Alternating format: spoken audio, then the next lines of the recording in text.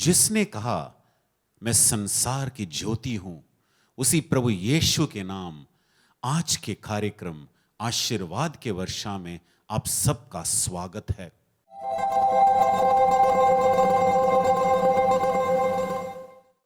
स्तुति, वचन का प्रचार, गवाही और आराधना के माध्यम से आप सबको शांति, आनंद और प्रभु यीशु का स्पर्श का अनुभव हो।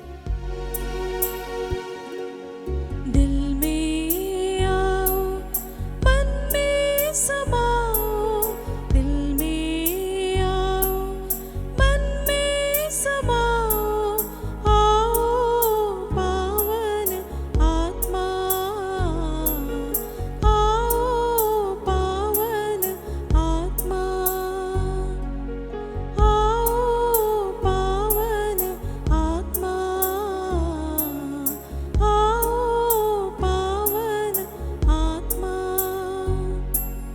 दिल में आओ, मन में समाओ, दिल में आओ, मन में समाओ, आओ पावन आत्मा, आओ पावन आत्मा।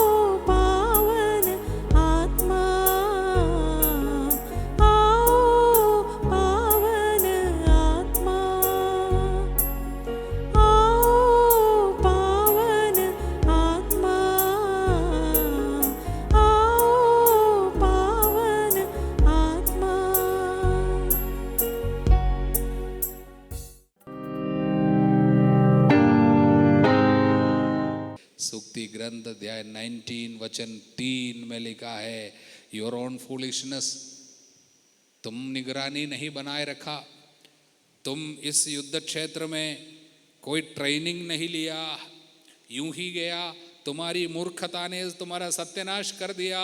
किंतु तुम क्या बोलता है, प्रभु ऐसा क्यों किया, मेरा जीवन बर्बाद क्यों होने दिया, मेरे साथ ऐसा क्यों होने दिया, तुम प्रभु के विरुद्ध भुनभुना रहे हो, ऐसा वचन कहता है।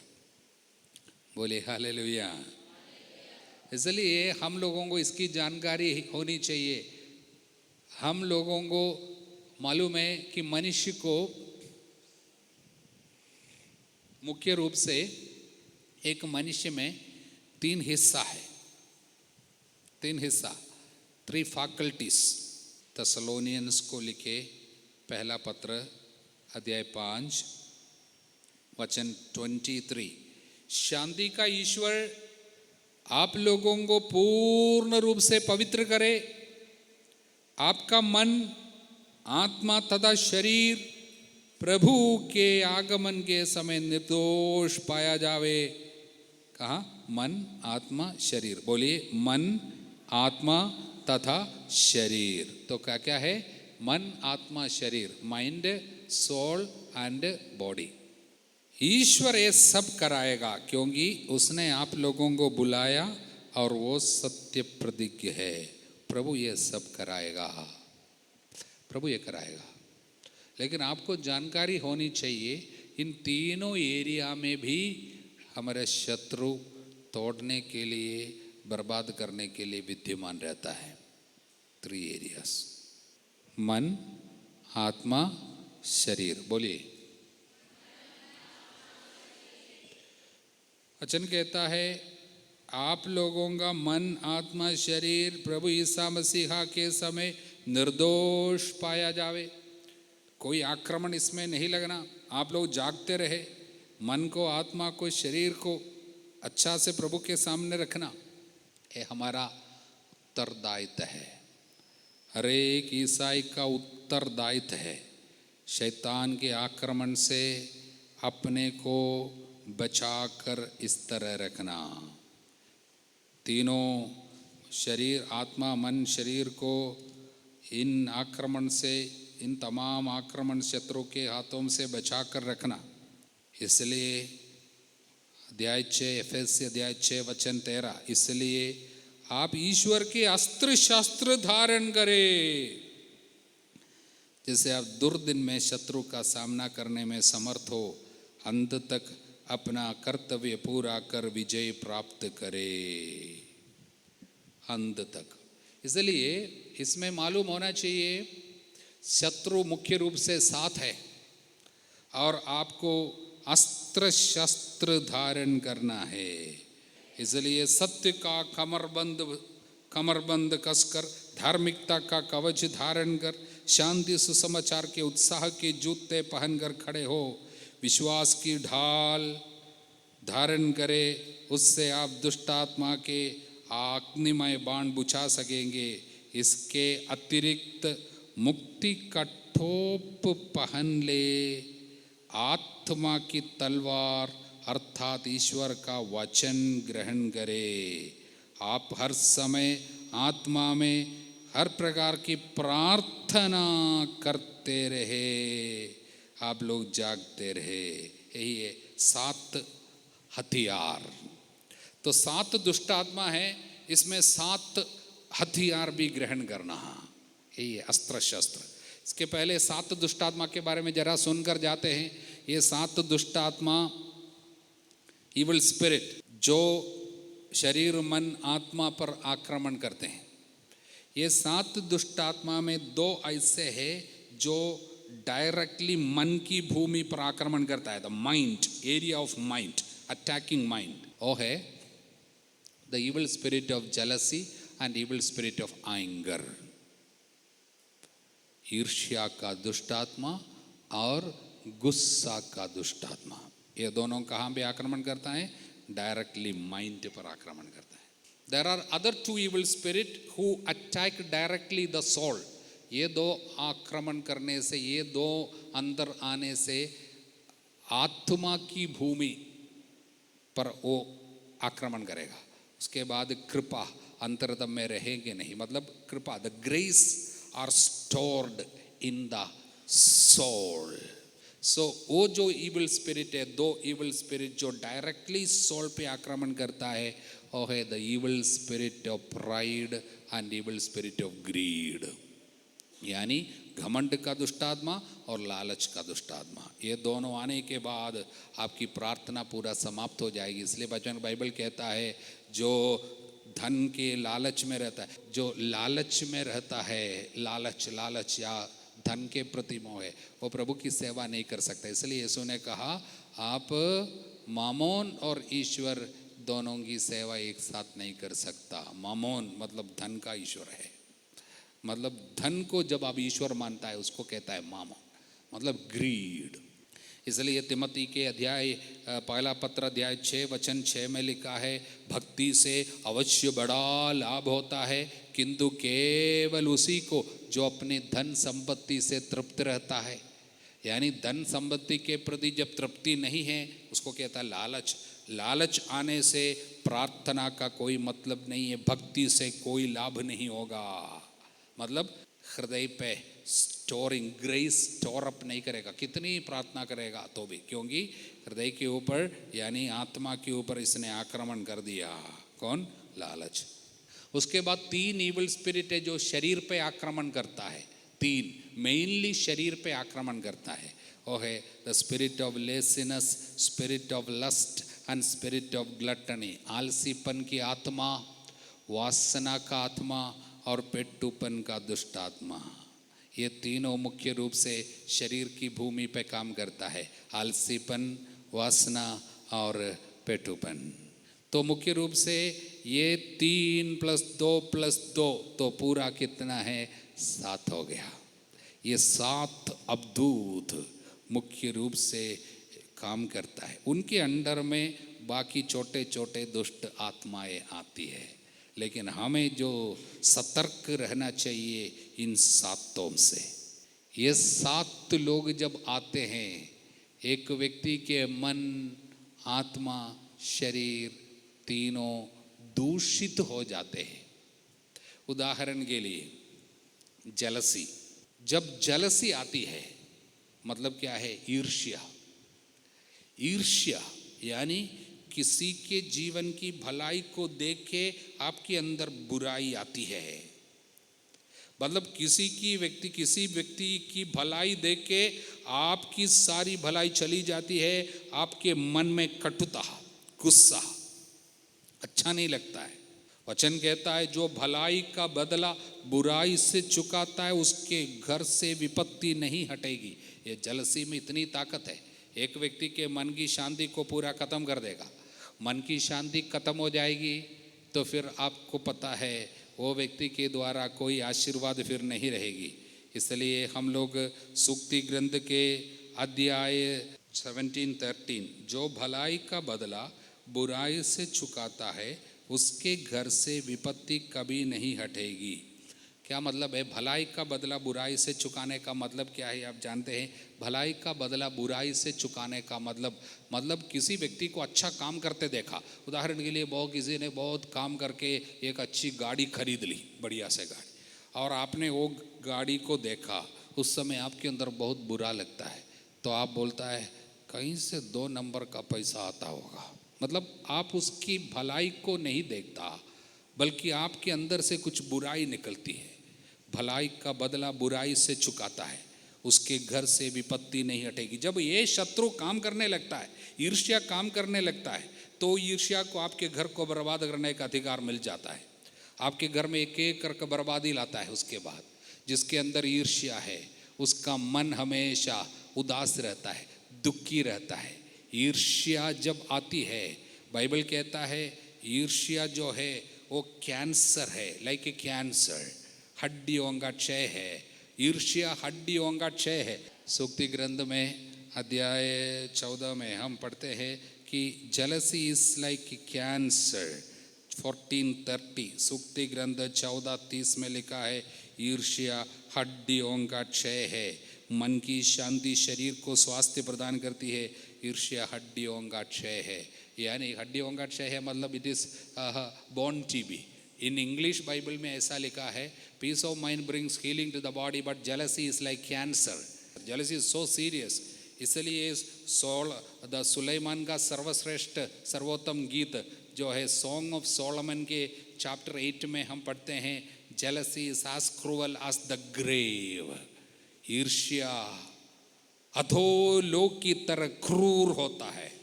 दैट इज डेंजरस, क्योंकि it destroys all the peace, all the joy. उसके बाद आपके अंदर आनंद नहीं है, आप हमेशा, आपका मन एकदम गुस्से में रहेगा, आपका मन निराशा में चली जाएगी, आपके मन को फिर क्या है कि ईश्वरीय कृपा में आनंदित रहने की कैपेसिटी आपको नष्ट हो जाता है, आनंदित रहने की कृपा आपको नष्ट हो जाती है। मन हमेशा दूषित रहती है, मन दूषित रहती है, इसका मतलब है मन हमेशा निराशा में चली जाती है, नहीं तो गुस्सा में चला जाएंगे। इसलिए ईर्ष्या आने के बाद, ईर्ष्या नामक शैतान से आप सावधान नहीं रहेंगे, आप इसको आप घृणा के साथ दूर नहीं रखेंगे, तो ईर्ष्या जो ऐसी चीज है न केवल आपके मन को तष्ट कर सकता है, मन की शांति से शरीर में स्वास्थ्य आने लगता है, इसलिए शरीर के स्वास्थ्य को भी खत्म कर सकता है। उसके बाद परिवार पर आक्रमण करेगा। बाइबल कहता है जो भलाई का बदला बुराई से चुका था उसके घर से विपत्ति नहीं हटेगी। इसलिए ईर्ष्या के द्वारा घर में शैतान घुस लेता है। इसलिए एक पूरे अध्याय में प्रभु ये ऐसे लोगों के लिए प्रभु ने एक पूरा अध्याय, यीशु ने एक पूरा अध्याय रख छोड़ा है। इसलिए हम लूकस के सुसमाचार के अध्याय 15 पे जाते हैं। That is one of the most important chapters in the new testament. इस चैप्टर को कहता है gospel with in the gospels. एक बात सीख लेना, gospel with in the gospel, सुसमाचार का सुसमाचार। कौन सा अध्याय है? लूकस के सुसमाचार का अध्याय 15। इसको gospel with in the gospel क्यों पंडित लोग कहता है? क्योंकि यीशु ने जो भी शिक्षा देना चाहा उसका निचोड़, उसका संग्रह ये एक अध्याय में हमको मिलता है। ये कैसे शुरू होता है? ईसा का उपदेश सुनने के लिए नाकेदार और पापी उनके पास आया करते थे। बोलिए हल्लेलुया। कौन आया करते थे? नाकेदार और पापी किसके पास? यीशु के पास। काय के लिए आते थे? उपदेश सुनने के लिए आते थे। अच्छी बात है कि बुरी बात? अच्छी बात। किंतु अगला वचन, फरीसी और शास्त्री ये कहते हुए भुनभुनाते थे, ये मनुष्य पापियों का स्वागत करता है और उनके साथ खाता पीता है। बोले हालेलुया। तो कुछ भलाई हो रही है तो कुछ लोगों को वो देखकर अंदर बहुत बुराई महसूस होती है और भुनभुनाता है। भलाई का बदला बुराई से चुकाता है। भलाई का बदला बुराई से चुकाता है। इसका नाम क्या है? ईर्ष्या। The best definition of jealousy is this, भलाई का बदला बुराई से चुकाता है। इसी को 17:13 सूक्ति ग्रंथ, if anyone returns evil for good, evil will never depart from the family.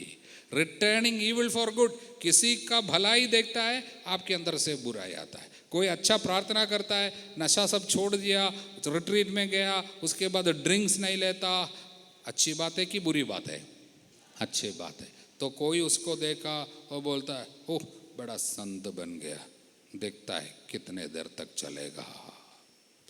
भलाई का बदला बुराई से चुकाया। हालेलुया।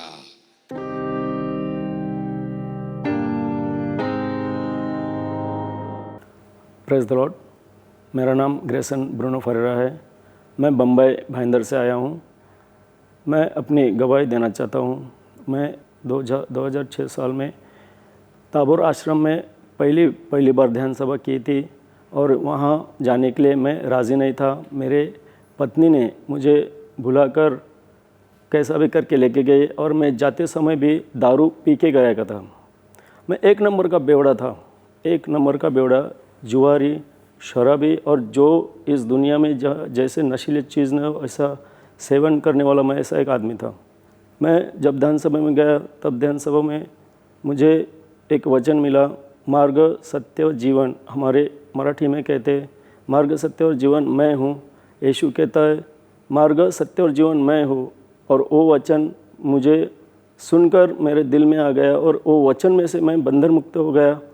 और वही ध्यान सभा से आज तक मैं कभी शराब पिया नहीं और किसी को दिया भी नहीं। और उसी साल में हमारी एक बोट है, जैसे हम मछुआरे हैं, हमारी बोट है, हम बोट में जा रहे थे तो हम बोट बनाने के लिए बहुत सारा कर्जा निकाले थे, बहुत सारा कर्जा, जो कर्जा भर नहीं रहा था। और हमारा नाम ब्लैक लिस्ट में आया था बेसिन कैथलिक बैंक में, धनवन बोर्ड के नाम से। तो वो भरने के लिए जब हम यहाँ से गए और प्रभु के वचन पे चलने लगे, प्रभु के वचन पे जैसे ही चलने लगा वैसे प्रभु ने हमारे जीवन में चमत्कार करने चालू कर दिया। हमारे वही साल में नवंबर 3 तारीख को हमारे बोट में एक जाली में इतने सारी मच्छी गोल्ड फिश आ गए, जैसे कि हमारा पूरा कर्जा भरने के लिए प्रभु ने हमें जैसा वो एक धन दिया हो, और उससे हमने हमारा पूरा कर्जा चुका दिया वही साल में। उसके बाद हमारे जो घर का जो कर्जा रहता है, जो वैयक्तिक कर्जा रहता है, वो भरने के लिए दिसंबर के 3 तारीख में हमारे एक बार फिर जाली में प्रभु ने इतनी सारी गोल्ड फिश दे दी, बड़े बड़े फिश दे दिए कि हमारे वो सब गोल्ड फिश मतलब वो मच्छी का जितना भी पैसा है उतने से हमारे सब हमारे जो पार्टनर मतलब हमारे भागी लोग रहते, हमारे बंधु मित्र जो हमारे खलासी हमारे बोट में काम करते, उन सब का कर्जा भरने के लिए प्रभु ने हमको आशीर्वाद दे दिया। और ये दारू और सब चीज़ों से मेरा बंधन मुक्त कर दिया। और वैसा ही आज मैं डिवाइन रिट्रीट सेंटर में रात में जो शारीरिक चंगाई की प्रार्थना चल रही थी, उस प्रार्थना में ये मेरे घुटनों का दर्द, पैर में बहुत सारा दर्द था और मेरा पैर हिल नहीं रहा था, लेकिन रात में चंगाई के प्रार्थना में, शारीरिक चंगाई के प्रार्थना में मेरा घुटनों का दर्द प्रभु यीशु ने एकदम घला दिया। और मैं पीठ में हमारे बोट में जब हम फिशिंग करते हैं तो बहुत सारे कमर दर्द में प्रॉब्लम आता है, और ये कमर दर्द, पीठ का दर्द बहुत सारा ऐसा ज़्यादा देर बैठने से हो रहा था। पर अभी इस चंगाई की प्रार्थना में जब से मैं आया हूँ तब से बहुत ऐसा एक डेढ़ घंटा 2 घंटे बैठते, लेकिन कभी कुछ तकलीफ़ या कभी कुछ दर्द नहीं हुआ। इसलिए मैं प्रभु यीशु को कोटि कोटि धन्यवाद देना चाहता हूँ, क्योंकि यीशु ही प्रभु है। आज ये यीशु मुझे मिला नहीं होता, शायद मैं भी इस दुनिया में ना होता। इसलिए मैं यीशु को धन्यवाद देना चाहूँगा और रिट्रीट सेंटर को भी धन्यवाद देना चाहूँगा। Praise the Lord, hallelujah.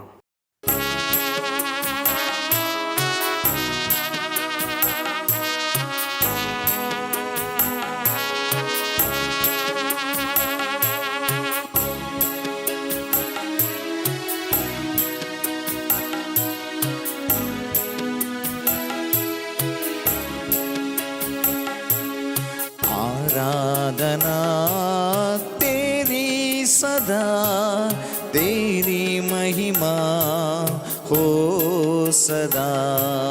आराधना तेरी सदा, तेरी महिमा हो सदा। आराधना आराधना आराधना आराधना आराधना आराधना आराधना आराधना आराधना तेरी सदा, तेरी महिमा हो सदा। आराधना तेरी सदा, तेरी महिमा हो सदा। हालेलुया। रोमियो को लिखा गया पत्र अध्याय 10 और वचन 11 में लिखा गया है, जो उस पर विश्वास करता है उसे लज्जित नहीं होना पड़ेगा। हाँ मेरे प्यारे भाइयों और बहनों, हम सब यहां पर प्रभु यीशु के सामने उपस्थित है। हम में से कोई अकेला है, हम में से कोई हमारे परिवार के साथ प्रभु यीशु के सामने घुटने टेके हुए है, कोई बैठे हुए है, कोई खड़े है, कोई अपना हाथ उठा रहा है, लेकिन सब यहाँ पर आए हैं प्रभु यीशु के पास। और सबसे पहली बात, वचन हमें यही सिखाता है कि जो उस पर विश्वास करता है उसे लज्जित नहीं होना पड़ेगा। आज हम सब प्रभु यीशु के पास आए हैं ये विश्वास लेकर कि हम खाली हाथ नहीं लौटेंगे। हम प्रभु यीशु के पैरों के नजदीक है, हम खाली हाथ नहीं लौटेंगे। वो हमें आशीष जरूर देंगे, वो हमें अनुग्रह जरूर देंगे, वो हमें कृपा जरूर देंगे, खाली हाथ नहीं जाने देंगे। मेरे प्यारे भाइयों और बहनों, हम जरूरतमंद है। मेरे भी कई सारे जरूरत है, आपके भी कई सारे जरूरत है। जब हम प्रभु की आराधना करते हैं, अपने जरूरतों को प्रभु यीशु के चरणों में रखेंगे। ये आध्यात्मिक जरूरतें हैं, मानसिक जरूरतें हैं, शारीरिक जरूरतें हैं। हमारे जीवन के लिए जो जरूरी है वो सब जरूरतें हैं। लेकिन मांगने के पहले हम एक काम करेंगे। जो विश्वास हमारे पास है उसे हम प्रकट करेंगे। और वो कैसे प्रकट करते हैं?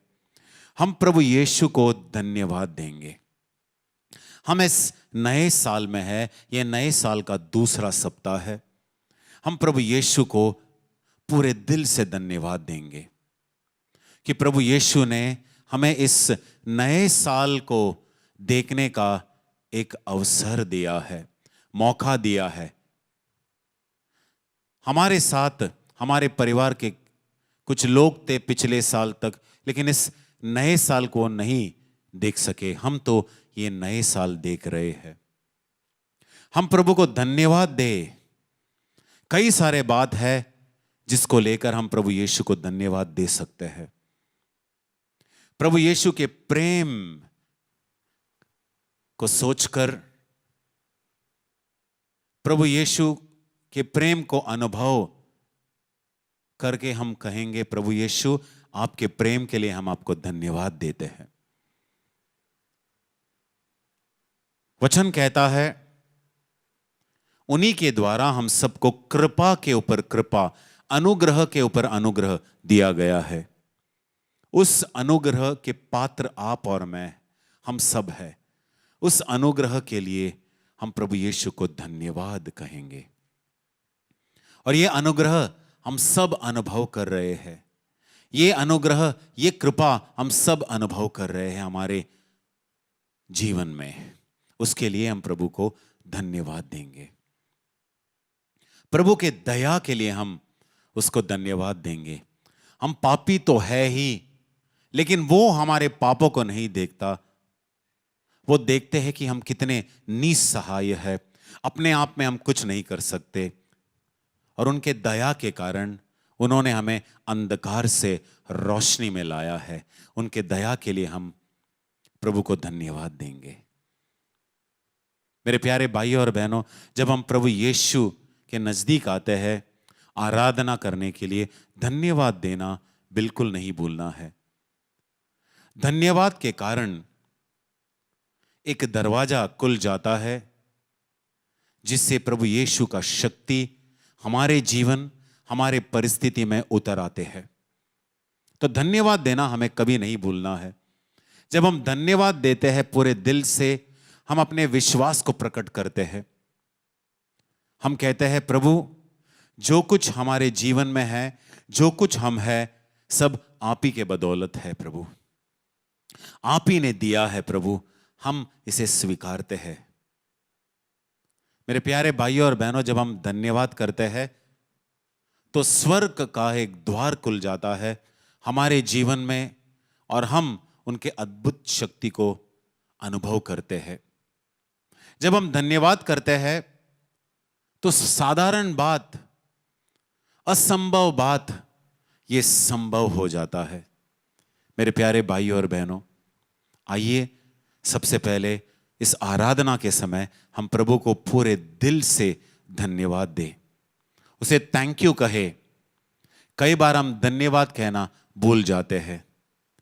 हम तो ठहरे साधारण मनुष्य जो बुनबुनाना नहीं भूलते, शिकायत करना नहीं भूलते, लेकिन बहुत कम ही वो समय होता है जब हम प्रभु को धन्यवाद देते हैं। मेरे प्यारे भाइयों और बहनों, हमारे प्रभु यीशु धन्यवाद के योग्य है। और याद रखना, ये आराधना का समय सबसे उचित समय है जब हम प्रभु को धन्यवाद देना नहीं भूलना। आपके जीवन के लिए धन्यवाद देना, आपके परिवार के लिए धन्यवाद देना, आपका नौकरी है उसके लिए धन्यवाद देना, नौकरी नहीं है उसके लिए भी धन्यवाद देना, क्योंकि जब हम कठिन परिस्थिति में प्रभु को धन्यवाद देते हैं तो स्वर्ग से एक द्वार खुल जाता है और आशीष उतर आते हैं। मेरे प्यारे भाइयों और बहनों, मैंने अभी वचन पढ़ा, जो उस पर विश्वास करता है उसे लज्जित नहीं होना पड़ेगा। विश्वास हम प्रकट करते हैं धन्यवाद द्वारा, लेकिन प्रभु ने यह भी कहा है, मांगो तो दिया जाएगा। सिर्फ मांगने की कमी है और प्रभु यीशु देने के लिए तैयार है। हम अपने दुखों को प्रभु यीशु के चरणों में समर्पण करेंगे, हमारे तकलीफों को प्रभु यीशु के चरणों में समर्पण करेंगे। ऐसा लगता है कि यह परिस्थिति बहुत कठिन है, इससे हम कैसे बाहर निकलेंगे? उस कठिन परिस्थिति को हम प्रभु यीशु के चरणों में समर्पण करेंगे। हमारे परिवार को प्रभु यीशु के चरणों में समर्पण करेंगे। हो सकता है कि आप ऐसे बीमारी से गूंज रहे हैं और डॉक्टरों ने कहा है कि इसका कोई इलाज नहीं। याद रखना, हमारे प्रभु यीशु डॉक्टरों का डॉक्टर है। अपने बीमारी, उस अवस्था को प्रभु यीशु के चरणों में समर्पण जरूर करना। मेरे प्यारे भाइयों और बहनों, आपके आर्थिक समस्या को प्रभु यीशु के चरणों में समर्पण जरूर करना। हो सकता है कि आप किसी पाप से लड़ाई कर रहे हो, बार बार गिर रहे हो। आपको पाप नहीं करना है। उस आदत को, उस बुरे आदत को, उस पाप के आदत को आप प्रभु यीशु के चरणों में समर्पण करोगे। और याद रखना, वचन में लिखा है, जो उस पर विश्वास करता है उसे लज्जित नहीं होना पड़ेगा। जब हम अपने समस्याओं को प्रभु यीशु के चरणों में समर्पण करते हैं, अपने पाप को प्रभु यीशु के चरणों में समर्पण करते हैं, तो हमें यह विश्वास करना है कि हम खाली हाथ नहीं जाएंगे। प्रभु यीशु हमें इस पाप के परिस्थिति से छुटकारा जरूर देंगे। प्रभु यीशु हमें चंगा करेंगे जरूर। प्रभु यीशु हमारे कठिन परिस्थिति से हमें बाहर निकालेगा जरूर। मेरे प्यारे भाइयों और बहनों, यही है इस आराधना का समय का शक्ति।